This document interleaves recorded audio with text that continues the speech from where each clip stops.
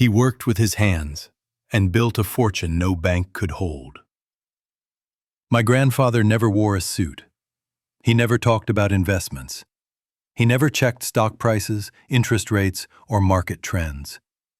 Every morning, before the sun fully rose, he washed his hands, rolled up his sleeves, and went to work.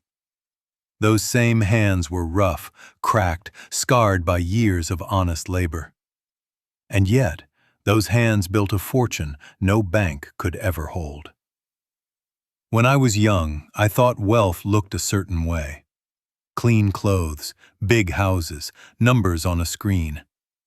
My grandfather had none of that.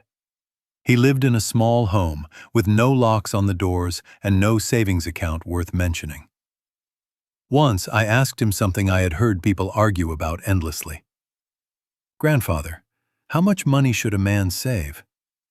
He smiled calmly and replied, "Enough to sleep without fear, but never so much that you forget how to live."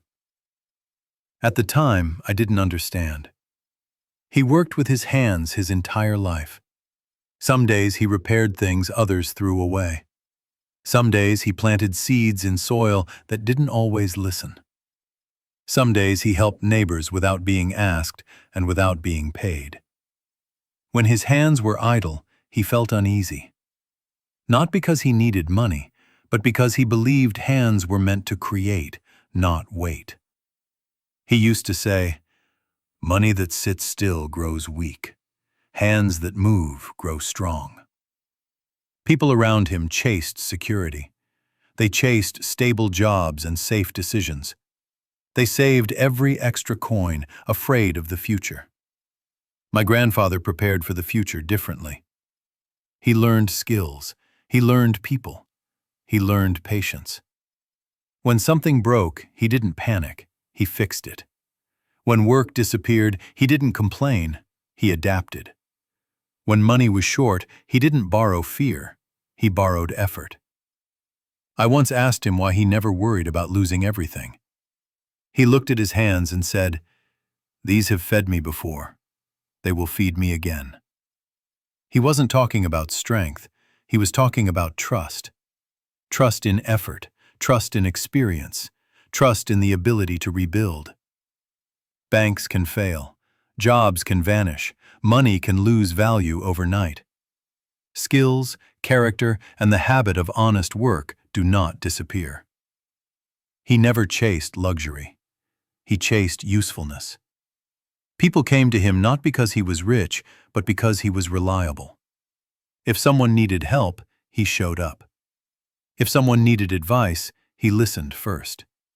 If someone needed work, he created it. Slowly and quietly, opportunities came looking for him, not because he asked, but because he earned trust. I watched others measure wealth by what they owned. My grandfather measured wealth by what he could do. He could fix a broken door, grow food from empty land, teach a child how to work without shame, and sit in silence without feeling empty. He had no fear of hunger, no fear of starting over, and no fear of being useful.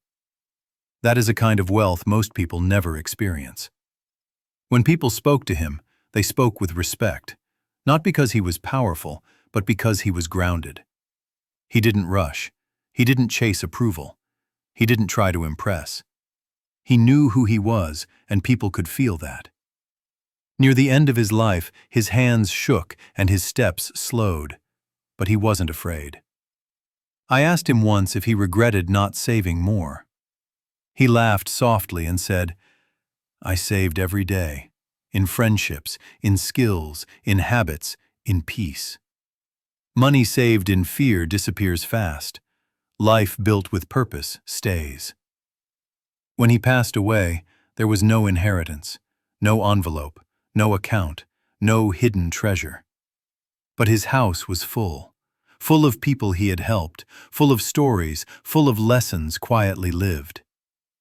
That's when I understood. He didn't leave money behind. He left confidence. The confidence that as long as your hands can work, your mind can learn, and your heart can stay honest, you are never poor. Today, When people ask me about wealth, I don't talk about numbers. I talk about resilience, usefulness, and skills that don't panic when the world changes. Because I saw it with my own eyes. A man who worked with his hands and built a fortune no bank could hold. True wealth is not what you store. It's what you can rebuild.